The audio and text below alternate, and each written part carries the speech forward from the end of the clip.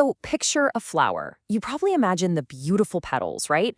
But what if I told you the most valuable part of this particular flower wasn't the pretty part at all? What if it was the part buried deep underground, a part that could literally be worth more than its weight in gold?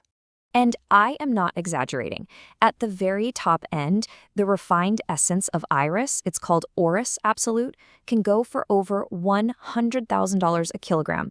That number is just staggering. It puts this ingredient in a category all its own, making it one of the most expensive on the entire planet. So what on earth makes it so valuable? Okay, so to understand that wild price tag, you have to understand the source. In the fragrance world, iris is often called blue gold, and that nickname, well, it pretty much says it all, perfectly capturing its value and where it comes from. And here's what's so fascinating. That famous, luxurious scent, it doesn't actually come from the beautiful iris flower. No, it comes from this, the rhizome. It's technically an underground stem, sort of like a storage tank for the plant's food. And get this, when it's first pulled out of the ground, it barely has any precious scent at all. Right. This is where the magic of time comes into play. A freshly harvested iris rhizome, it smells earthy, starchy, honestly a lot like a raw potato. It's only after years of being carefully aged that a chemical transformation happens. Molecules called irines develop, and that is what creates that iconic, powdery, violet-like aroma that perfumers go crazy for. So the most important thing to understand here is this incredible waiting game. The journey from a humble, potato-smelling rhizome to a single drop of perfume essence is a total masterclass in patience. We're talking about a 6-year wait minimum.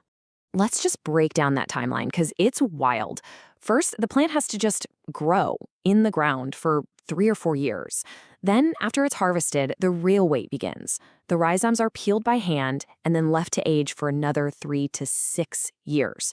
Only then are they finally ready to be ground up and distilled into this waxy substance called orris butter, which is then refined even more to get that final precious absolute. To really put that in perspective, just look at those 2 big chunks of time. You're looking at a process that can easily take up to a decade from the day it's planted to the day it's usable. It's an agricultural and artisanal process that you simply cannot rush. There are no shortcuts. And, as if that wasn't intense enough, the amount you actually get is tiny. You need around 1,500 kilograms, that's over 3,000 pounds, of dried rhizomes just to produce 1 single kilogram of that initial orris butter. The sheer volume of raw material you need to start with is just immense. But you know, iris isn't just expensive, it's also incredibly prestigious. It's linked to power, to royalty, and to luxury. It goes back thousands of years. It's built this incredible legacy through time. I mean, its story kicks off way back in ancient Egypt, where it was named for the goddess Iris, who was a messenger that traveled on rainbows. Fast forward to the Renaissance, and you have Catherine de' Medici making iris-scented gloves the ultimate status symbol. By the 19th century, it was the powdery scent of the Victorian elite. And today, it's having a huge comeback, a true renaissance, as the star ingredient in modern luxury perfume. So, okay, we know it's expensive and has a long history, but what does it actually do in a perfume? Why do perfumers think of it as their secret weapon? This quote just nails it perfectly. Iris isn't a loud, bombastic floral that hits you over the head. It's subtle, it's intellectual, it's sophisticated. It doesn't scream for attention, it sort of invites you to lean in closer. So what is that personality? Well, it's complex. People often describe it as pensive, maybe even a little aloof. It just has that unmistakable old money vibe, you know? Classy, understated, totally confident. The scent itself is just as complicated. It can be powdery, it can be earthy and rooty, or it can even be creamy and buttery. And on top of all that, from a technical standpoint, it's a legendary fixative. That just means it helps anchor all the other scents, making the whole fragrance last much, much longer on your skin.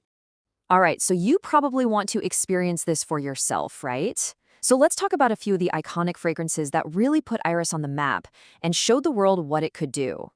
First, you've got the mythical Iris Gris, often called the Mona Lisa of perfumes. It's a now priceless collector's item.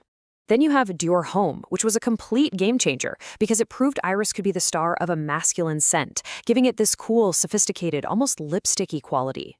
Prada's Infusion D'iris really set the modern standard for a clean, crisp, white shirt version of Iris. But then you have something like Iris Silver Mist, which went in the total opposite direction, showcasing that raw, cold, earthy side of the rhizome. Each one of them tells a totally different story with the exact same legendary note.